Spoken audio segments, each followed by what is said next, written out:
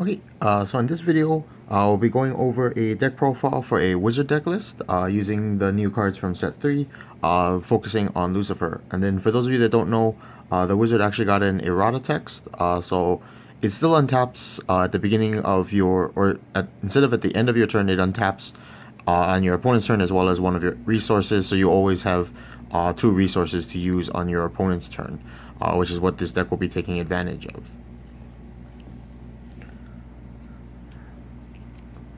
So the first card we have is the main card of the deck, which is the 4 Lucifers. So this card is one of, in my opinion, one of the best cards that came out of set 3. And it potentially could be meta warping, depending how much it's used, because 5 damage to everything is quite a lot, where it kills most units, and then this deck will take advantage of killing bigger units as well. But again, this one, the main one is used for the controlling method of just, wiping my opponent's field. And with 5 toughness, other than like Berserker, no ruler can actually kill Lucifer on their own without some kind of support. Next we have one Mistwyrm Clock Dragon. So this is like one of those finisher type of decks. So it's kind of like similar to like a control deck from other games, where this is just using like the breakthrough is not relevant for my ruler, since the wizard has like one of the lowest attacks ever, but then it's mostly for just attacking power and the potential to restand other units, as well as it has 7 HP, so it does survive our own Lucifers or opposing Lucifers as well. Next we have is actually for Aras.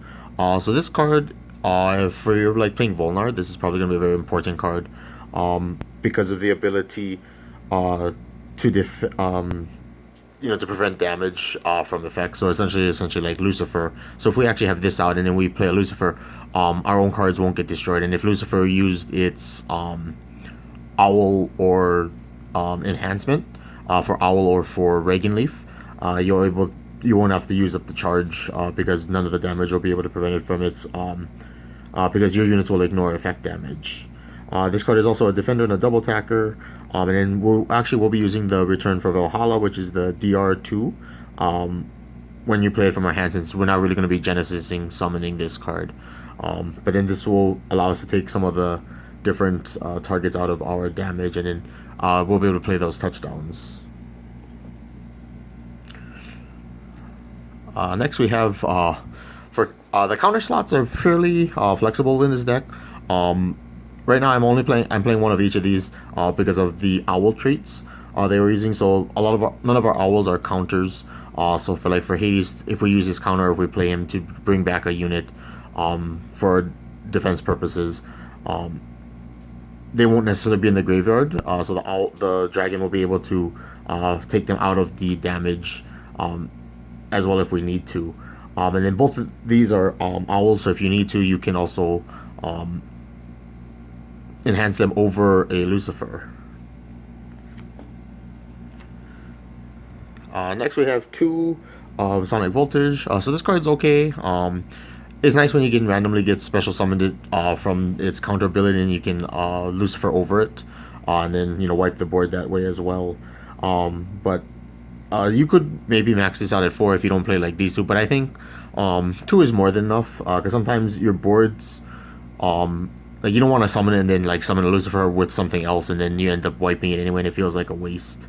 So I think 2 is probably a fine number, because really rarely you want to even play it on its own for the draw, but it's not a bad card, especially because it still has 5 power, so it has pretty good clearing stats. Next we have Captain Liberty. So this card sometimes will pop up where we'll be able to use our counters from our graveyard to just special summon it and continue to have some form of another form of recurring threats, since we're going to be wiping our board as well as the opponent's board.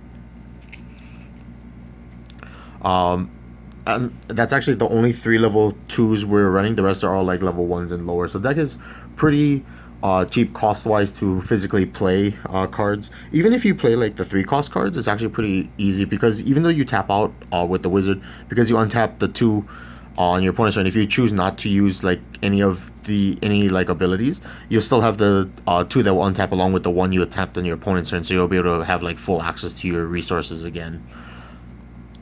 But then for our first level 1, this is the A7 Duchess brawler.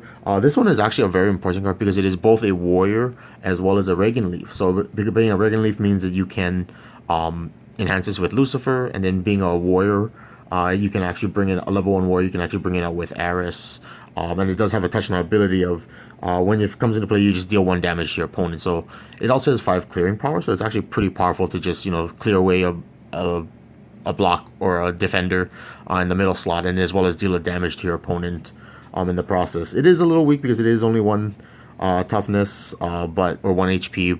But that's usually not too much of a problem because, again, if Aras is on the field, your opponent can't just like use Zap to Zap or like Eds or anything to like ping damage your Duchess brawler. So that's why this card is probably the most flexible unit, or it has the most use in the deck, because it doubles for both Aras as well as for our Lucifers. Next we have 4 of Zeigar, Dragon Knight. So this is another, this is only a warrior out of all of the different attributes that we're focusing on. But it is a touchdown, and this touchdown is one that will let us destroy sets without your opponent being able to react to it. So this will get rid of like, shields up, or any of those defensive ones, defensive events that would make it hard for us to attack. It does have low clearing power, so sometimes it's awkward where you like summon Aras and you bring this out, and then you use Aras to clear 1, like the defender, and then this being really weak, sometimes it has to be one of the few attackers you use. So it doesn't have much clearing power if your opponent has like a lot of units that you want to get rid of in order to control the border, like if you don't have any Lucifers. But again, it's still a good card nonetheless because of the ability to bring it out or heal it essentially with Aras, as well as being able to get rid of face-down threats. Next we're running 2 of Anubis lookalike. So this is just another warrior target for Aras. It doesn't have a touchdown ability, but when this card is destroyed, you can look at your opponent's hand and choose 1 card from among it and discard it. Because of the way the format is warping or changing, it's leading towards more hand rulers. And then even if taking 1 card is actually not very relevant, because you draw 2 cards every single turn for all hand-based decks. But just the knowledge of it is pretty powerful, especially with a lot of cards being able to play from hand, which is essentially what this deck tends to do with like Lucifer, and then as well as a couple events that we'll see later on in the deck. Then we next have our, this one is for Bloodlord Levan. So this card was a good darkness card, or it still is a good darkness card because of its ability to be brought back with like Hades. But with this card, so again, we could bring it back with Hades, as well as a target for our Dragon of Wales, as well as, again, because it is an owl, you can go over with Lucifer. And one of the reasons why we're running this one is because discount is level 0 for Hades as well. But it has one of the higher toughnesses and attack powers out of all the owl cards. That at least that aren't counters or like higher levels. And then level 1 is still pretty cheap to be able to play and then attack with. And then the last units we have, so the rest of the deck is all events after this. But we have Forest Fairy, so again, it's an owl. It can be used to brought back with Hades, or you can pull it out of your damage with White Dragon. But it is 5 HP, which is very good for surviving. And it has the ability to essentially negate units that have breakthrough whenever it's like being attacked, and then the unit has breakthrough. Because a lot of like Genesis decks, or even like the Dark Knights decks, uses the breakthrough mechanic. Or even if you have like Mist, like the Mistwyrm with like Berserker, sometimes breakthrough can be very devastating, especially with wizards since we have such low HP to begin with. So this card is pretty good for defending, and because it's 0 cost, sometimes you can just throw it into the into your middle slot. Next we have the events. So the first one we have is 4 copies of Embrace of Eons. So this card is really good because we can play it directly from our hand, as well as we can pay it for a cost of 1 by either putting a card from our hand on the bottom of the deck, or by DRing 4. Because we only have 10 HP, DR4 sometimes may not happen a lot, Like maybe you'll do it like maybe once or maybe twice maximum per game, just because you won't be able to heal out a lot of things even with Aras, since you can't essentially heal out the face down damage with Aras. But this card is really good because of the ability to because the first ability actually negates the unit's effect. So like in opposing Aras's deck or Aras decks, you will end up negating Aras's ability to prevent the damage, and then the 5 damage just be dealt, and then your opponent also cannot respond to this while this ability is on the gate. So this is a very powerful card in general for that will also be probably pretty important in this format going forward. So this card is really good for clearing most things. It also will clear away like annoying units, such as like units that have charge shield, which actually is quite a lot now because of like with Future Folk having a lot of the enhancements, so they gain like charge shields, or even things like Gasha Dokuro from the supernatural decks will also have like charges, so this can actually help where it completely ignores charge shield and then just completely destroys that unit. Next we have 4 Skystrike Arrow. So this card is also really good for the format because it deals with a lot of decks, as well as draws us, replaces itself when you send it to the graveyard to be used. So like we can get rid of charges, so again you could do things like Gasha Dokuro or anything that uses charge decks, except for like the X-Vader 0 event, but that one's like not really relevant. And then the ability to remove cards from the graveyard is really important for this like format, the way that the game is shaping, where a lot of things use the graveyard. So like even like Captain Liberties you can remove. You can remove the counter targets. You can remove counter targets that may try to be recycled in like the Wonderverse decks, or you can even get rid of like the familiars or the revival targets. But again, it is important to know that your opponent doesn't select the cards that they're targeting or that they're going to be bringing back until the effect resolves. So you have to actually, like remove what you think that the person will bring back or what they're going to revive. But if it's like, if they're trying to Abyss summon and there's only like 2 targets and you just remove both of them, then it's fine, because then they have nothing left to summon after that. Same with like familiars, if you get rid of like the only 2 targets possible, then they can't bring anything else back. So this card is just very good for in like a version of a control deck, which is what this deck is trying to do, where it has pretty good lineup, and at worst, you target a card, try to remove just random cards in graveyards, and then you can just use it to just draw a card or cycle through your deck. The deck is also using 4 G&G Armament Factory. So again, this one is a field spell that adds 1 damage to the base damage. So this includes things like Lucifer, as well as for our Embrace of Eons, which will allow us to do, like, if you have 1 copy, we'll do 6 damage, 7, 8, and 9. And then being able to just do 6 damage is actually very relevant, because it does hit some of the bigger dragons, as well as it does hit like the new Dark Knight God Odin. So that's why this card is pretty good for just being able to increase our damage. And then like even just to have Lucifer be able to do like 6 damage or 7 damage to everything will mean that it will essentially kill pretty much anything in the game, except for maybe like Cthulhu, unless you have like 3 of these out, and then in which case you'll be able to kill like 3 Cthulhus if you really needed to, using just Lucifer.